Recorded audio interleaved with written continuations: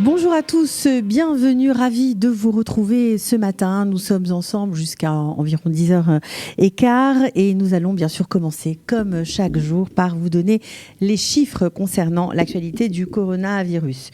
278 personnes sont mortes, 29 046 personnes sont actuellement malades et 38 sont en réanimation. Nous avons un total de 13 435 personnes qui ont guéri du coronavirus. Alors le nombre de malades diminue chaque jour, ce qui a incité le nouveau gouvernement à prendre depuis hier soir de nouvelles mesures de déconfinement. Elles ont été annoncées par le nouveau ministre de la Santé israélien, Yuli Edelstein. Donc des mesures très attendues, il faut bien le dire. Alors on va commencer par les salles d'événements qui pourront réouvrir il faudra encore attendre quelques jours. Le 14 juin marquera la réouverture officielle. Bien sûr, il faudra inscrire les gens, leur numéro de téléphone, leurs coordonnées, respecter les 2 mètres de sécurité. Et puis on danse avec des masques et on s'assoit en famille, évidemment. Les restaurants, les bars, les boîtes de nuit vont eux aussi pouvoir réouvrir leurs portes dès le 27 mai prochain, mais aussi les piscines, les hôtels, les activités extrascolaires et les mouvements de jeunesse.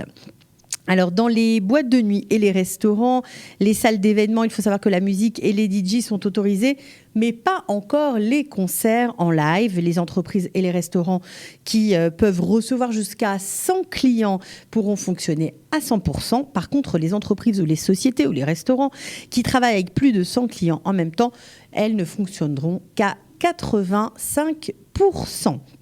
Voilà, bien sûr, on contrôlera la température des clients avant d'entrer dans toutes ces sociétés et restaurants compris. Les synagogues, à présent, ne sont pas en reste car elles réouvriront leurs portes dès aujourd'hui. Suite à une consultation entre Benjamin Netanyahou, Yuli Edelstein et Aryeh Deri, un plan a été approuvé pour permettre un retour à la normale dans les maisons de prière. Bien sûr, on respectera les 2 mètres de sécurité. On priera seulement à 50 personnes. C'est ce qui a été décidé. Les transports en commun également vont connaître des allongements. C'est Miri Regev, la nouvelle ministre des Transports, qui a pris sa première décision. Limitation à 20 personnes seulement, ça c'était jusqu'à présent dans les bus. Eh bien, cette limitation est levée aux heures de pointe avec des retours importants, des élèves qui ont repris l'école, etc. Donc, ça devenait impossible de tenir cette règle. Donc, pendant les heures de pointe, c'est-à-dire entre 7h et 8h30 et 13h et 15h30, tout le monde pourra prendre le bus.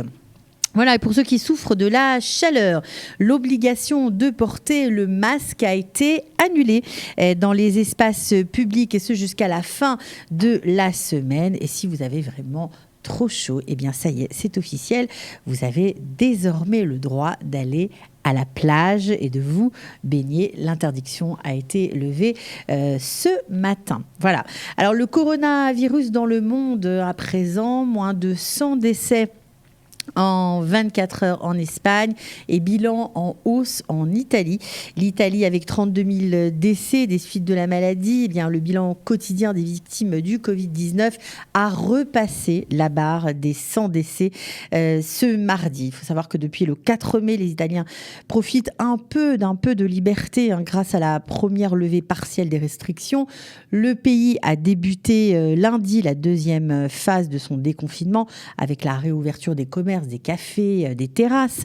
Mais bien que le pays se remette en route, ces mauvais chiffres, peut-être mettront un frein au déconfinement. Cette affaire est à suivre. L'Afrique à présent. De plus en plus atteinte par le coronavirus. Les nouveaux cas et les décès augmentent rapidement. Il s'agit de 2771 décès sur l'ensemble du continent africain, où l'Afrique du Sud, l'Égypte et le Maroc sont toujours les pays qui recensent le plus de cas.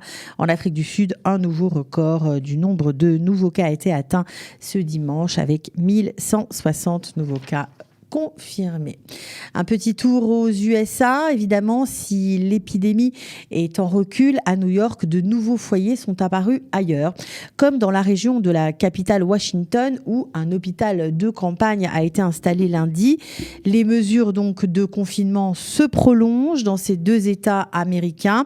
Alors jusqu'au 8 juin dans l'État de Washington et jusqu'au 13 juin dans l'État de New York, les États-Unis et le Canada se sont également entendus pour maintenir leurs frontières communes fermées jusqu'au 21 juin, fermées pour les déplacements non essentiels. Un petit tour en France à présent. Selon le dernier bilan, on dénombre 140 morts ces dernières 24 heures, alors que la France poursuit son déconfinement. La levée progressive des mesures de confinement a débuté dès lundi, bien sûr en fonction de la carte des zones vertes et rouges. Verte, c'est celle où le Covid n'est pas très présent. Et rouge, c'est là où il est le plus présent. Cependant, il faut savoir qu'on continue de découvrir chaque jour l'évolution dans les différents départements pour amorcer la phase 2 du déconfinement au 2 juin 2020.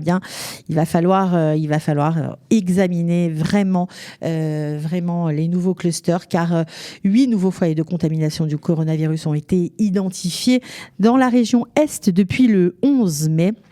11 mai qui était le premier jour de déconfinement en France. C'est une information qui nous vient de l'Agence régionale de santé et de la préfecture de la région. Et un petit mot sur Paris, parce que Anne Hidalgo n'en démord pas. Elle veut permettre aux Parisiens de retrouver leur parc et leur jardin. Hier, la maire de Paris a encore proposé au gouvernement différentes options en espérant pouvoir obtenir un passe-droit pour la capitale. Étant toujours en zone rouge, la région parisienne doit normalement garder ses espaces verts clos. Mais l'élu martèle que la seule promenade et la respiration dans le strict respect des consignes sanitaires serait bénéfique, bien sûr, et sans risque pour les habitants de l'Île-de-France. Apparemment, le gouvernement français est resté sourd à son appel. Retrouvez du dimanche au vendredi notre live quotidien spécial coronavirus. 3 heures de direct ininterrompu de 8h à 11h. Pour tout savoir sur l'actualité du virus en Israël, mené par Daniel Haïk, Olivier Granillic et Cathy Choucroune. Le live Studio Qualitas, c'est tous les jours en direct, puis en replay sur Facebook, YouTube ou sur notre application et sur le site studioqualita.com.